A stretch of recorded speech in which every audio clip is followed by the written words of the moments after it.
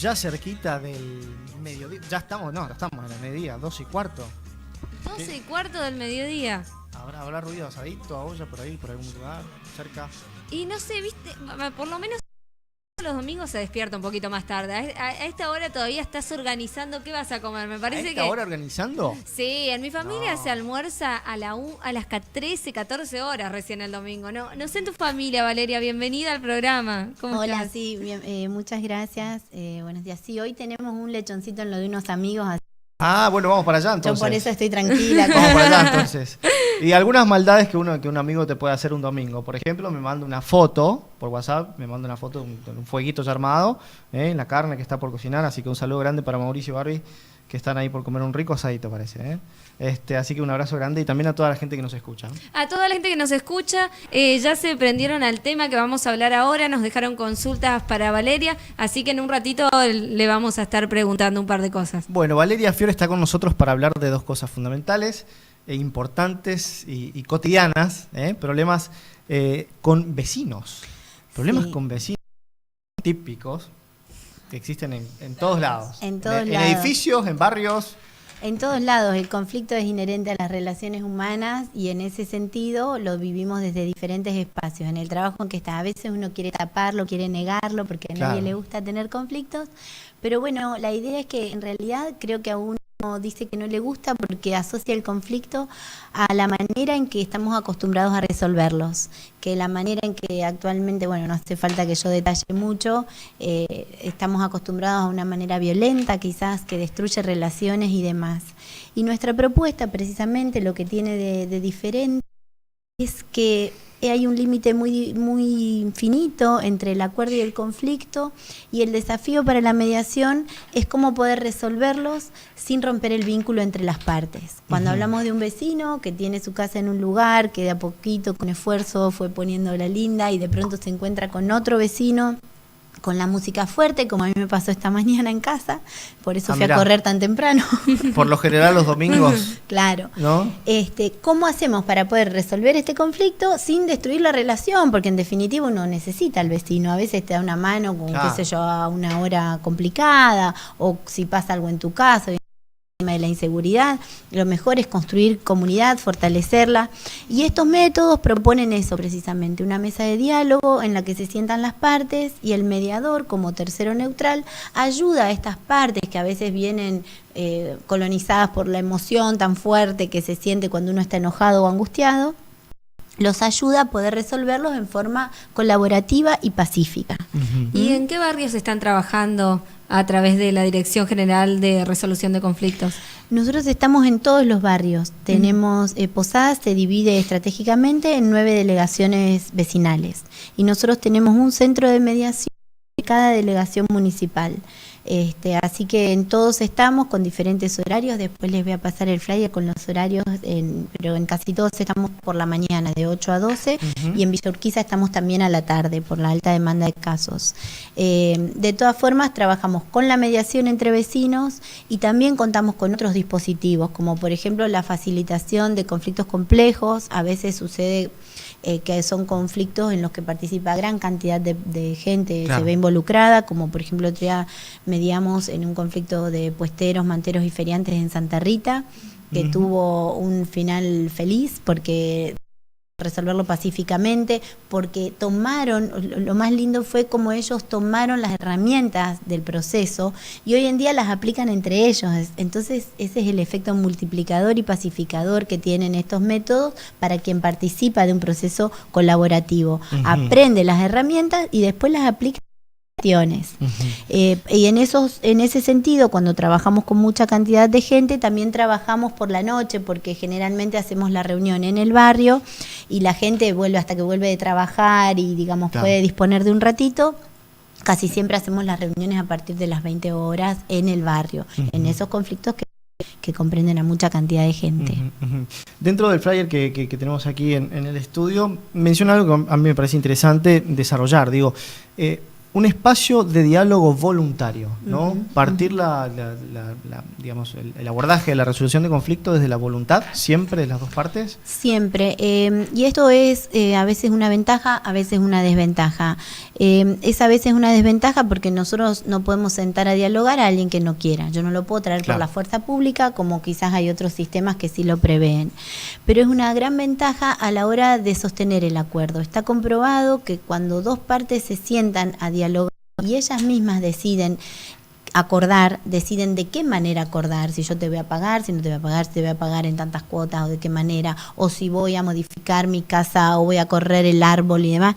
Digamos, el acuerdo es altamente sustentable, se sostiene en el tiempo porque está comprobado que lo que no se impone se respeta mucho más que lo que es impuesto por un tercero. Entonces, nosotros tenemos un sistema que después de cada acuerdo arribado en mediación, hacemos un seguimiento por unos 3 meses. O sea, llamamos a las partes, le preguntamos cómo están, si se cumplió, si pasó algo. Y el índice de cumplimiento de acuerdo es altísimo, tenemos más de un 80% de cumplimiento del acuerdo en aquellos casos en que se arribó, porque las partes lo decidieron libremente, porque están ahí voluntariamente y nadie les impone nada. Y además esto es requisito porque, ¿qué pasa? Cuando alguien viene enojado con otro, a veces hacer este movimiento de darle ese espacio legítimo a ese otro con el que estamos peleando es un poco difícil. Y esto es lo primero que se les pregunta a las partes. ¿Ustedes están de acuerdo en trabajar colaborativamente? Normalmente la tendencia es a echarle la culpa al otro y a pretender que el otro cambie la conducta, ¿no? Claro, porque yo voy porque lo mío está bien y lo del otro está mal, digamos. Esa es la posición. Entonces, lo que tienen estos procesos es que el impacto en la sociedad es que ayudan a las personas que participan a hacerse cargo de su parte. Que yo creo que hoy en día el hecho de los derechos individuales y de imponer mis ideas ha ganado terreno a lo que es el bien común y a lo que es hacerte cargo de tus obligaciones. Todos hablan de derechos y pocos hablan de obligaciones. Entonces estos métodos en los que la gente se da cuenta del protagonismo que tiene en su conflicto y de cómo tiene herramientas para solucionarlo también, son buenísimos a nivel de impacto social porque hacen de una sociedad más madura, transforman en una sociedad más madura que se puede hacer cargo de las cosas que produce. El conflicto no se construye de a dos siempre, entonces que es hermoso echarle la culpa al otro, pero hagámonos cargo de la parte que nos toca siempre. ¿Y qué reacción observás cuando sucede eso? Esta parte cuesta, Sí, ¿no? es donde el mediador más tiene que trabajar con las técnicas y herramientas en las que se capacita, porque la gente, nosotros llamamos siempre no trabajar en base a posiciones y trabajar en base a intereses. Las partes vienen muy posicionadas al conflicto y la posición generalmente es esta, que el otro cambie porque el otro tiene la culpa. Entonces, correrlas desde ese espacio y reformular el conflicto en términos de intereses es un movimiento estratégico para el mediador y a partir de cual después el proceso fluye y que si logras a veces quedas empantanado, ahí es clave, es clave esto de poder reformular el conflicto y verlo hombro con hombro y no frente a frente, decimos nosotros, porque nos necesitamos, somos socios en este conflicto y nos necesitamos los dos porque la sociedad es así, la interdependencia social es una red que todos tenemos que tejer, necesitamos. Y el mediador en esa instancia de conflicto, ¿toma alguna posición o es simplemente salir de ese conflicto? ¿Qué posición toma precisamente? ¿No? El mediador lo que tiene que trabajar es su neutralidad. Precisamente, cuanto más neutral e imparcial sea, mejor va a ser para el proceso. Vos podés a veces coincidir más con uno o con otro. Uno automáticamente, cuando alguien te empieza a contar un conflicto, en tu cabeza empieza, ¿será verdad? ¿Será mentira? ¿Exagera? ¿No? Bueno, todo eso... Desde la lógica personal también. Claro, ¿no? La subjetividad nos atraviesa. Entonces, lo que tratamos es precisamente de hacer conscientes de estas cuestiones para poder apartarlas y trabajar de un modo neutral, poniendo el interés nuestro en servir a estas dos personas para que puedan encontrar una manera de funcionar que les sirva, porque evidentemente si están en la mesa de mediación es porque hasta ese momento no encontraron un modo adecuado de convivir. ¿Son permanentes los resultados de resolución de conflictos? ¿Se sustentan en el tiempo, digamos? Sí, nosotros tenemos una estadística, nosotros comenzamos con los centros de mediación en marzo del año pasado. Nosotros construimos de cero la experiencia local, con lo cual hubo un tiempo en que tuvimos que hacer bastante docencia, porque no todos tienen este nuevo paradigma, o sea, venimos formados con un paradigma confrontativo para resolver los conflictos, yo contra vos. Entonces, nos llevó mucha docencia y demás, pero de la estadística lo que indica hasta marzo de 2017, más o menos habíamos atendido unas 2.000 y piquito de personas, y entre ellas unas 200 mediaciones. Perdón, ¿en cuánto tiempo? Y de marzo a marzo, en un año. En un año, 200... 2.000 y pico de personas, de las cuales, porque en la dirección contamos con 3 dispositivos. Sí. Tenemos la mediación para ofrecer, aquellos casos que no pueden ir por mediación, ofrecemos una atención legal. Y después hay otro tipo de casos que requieren la intervención de los psicólogos, cuestiones de adicciones, de violencia. Entonces contamos con esos 3 dispositivos para ofrecer al vecino. En definitiva, de estos 2.000 y pico de vecinos, por mediación se canalizaron 200 acuerdos, 200 casos. En el 70% de esos de mediación hubo acuerdo. Y de esos acuerdos, más del 80% se cumple. Con lo cual, para nosotros es un medidor, un índice buenísimo, de que la gente, de que el servicio sirve. Porque vos impactaste y pacificaste, evitaste que terminaran a los golpes, a los piedrazos o a las piñas. Bueno, hablando de eso, justo te quería comentar, una amiga que está teniendo un conflicto vecinal. Me dijo, por favor, contá mi conflicto y decime la vía de contacto. Tiene un nuevo vecino frente a su casa, se alquilan, lo cuento con mis palabras porque lo venimos hablando con ella, se alquilan como dúplex. Y hay un vecino nuevo que le tira alimentos a su perro, pero alimentos para cebollas, ese tipo de cosas para lastimar al perro, porque el perro, según él, ladra muy fuerte a la noche. Y lo que ella me dice, vivo hace 20 años en esta casa y nunca tuve problemas con los vecinos. Que un vecino nuevo me sorprende y encima su actitud violenta hacia mi perro que lo puede lastimar.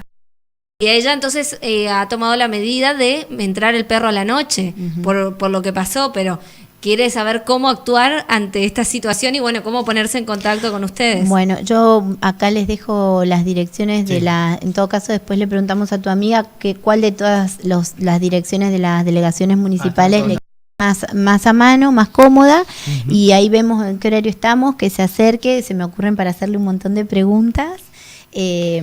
Pero bueno, que ella se acerque, entonces ahí lo trabajamos con ella, vemos por qué dispositivo de estos con los que contamos se la puede orientar, y por supuesto que podemos trabajar en esto para acercarnos al vecino. Nosotros la convocatoria en estos casos, o sea, una de las partes viene, nos cuenta, y a veces resulta difícil esta manera de, bueno, ¿cómo le digo a mi vecino para que no se ofenda? Porque normalmente nosotros tenemos redactado una invitación, pero a la gente le cuesta leer y todos enseguida piensan que es una denuncia, con lo cual escala el conflicto. ¿Qué consigna tiene la redacción?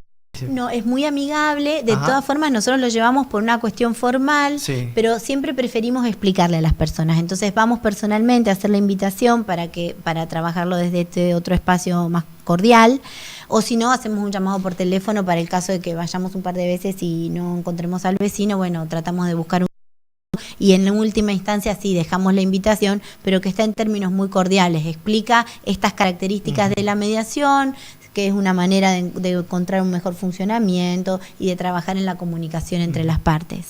Para entenderse del conflicto, digamos, ¿siempre es necesario que haya una denuncia o ustedes tienen...? No, las denuncias están porque el vecino normalmente, como no cuenta con dispositivos, nosotros vemos que casi todos los vecinos que vienen con su denuncia de la policía, pero entendemos que es porque el vecino no sabe a dónde acudir y lo primero que hace es ir a la policía, pero no es necesario para nada, al contrario, porque normalmente una denuncia hace que escale el conflicto. Cualquiera que recibe una denuncia de su vecino se enoja más y se intensifica la emoción y escala el conflicto. Así que si quieren acudir al centro de mediación primero, está bueno porque encuentra más calmado todo. Calculo, sí, yo le iba a decir. No, iba por ahí con otra pregunta, pero con otro tema, así que si querés seguimos con el mismo. No, lo que iba a decir eso, ¿no? Conflictos como estos de tu amiga deben ser los más comunes. Exactamente. ¿No? El ruido molesto, la rama del árbol, la basura, la medianera, los desagües, la medianera, son constantes. Que chorrea mal, sí, ¿dónde lo puso? Hay que correr ¿cómo es lo que instala las diferentes empresas para el agua o cosas que le interrumpen la salida? Que sí, es constante eso. La pregunta que tengo por ahí va para otro tema. Ahora 28 y 29 de abril vas a estar dando una charla sobre un curso de gestión de conflictos en la comunidad y me preguntan sobre eso. Silvia González dice, ¿cuáles son los objetivos del curso? Y me cuenta que ella es docente, por eso quiere saber cómo participar y cuáles son los objetivos. Sí, esta capacitación arranca, como bien decís, 28 y 29 y se va a extender por todo el primer cuatrimestre hasta el mes de julio. La idea es trabajar con toda la comunidad educativa, con docentes, directivos y todo el que quiera participar, porque entendemos que a convivir se aprende y que una manera de sembrar estas metodologías pacíficas y colaborativas de resolución de conflictos es en el alumno. Un clima escolar adecuado y pacífico de aprendizaje, o sea que en definitiva lo que se trata es de brindar herramientas a los docentes y directivos para que puedan gestionar los conflictos de una manera armoniosa y aprender, porque nosotros partimos de la base que siempre el conflicto implica una oportunidad. No nos quedamos en verlo como algo, una cuestión, a veces se pone una sanción y demás, y está bien.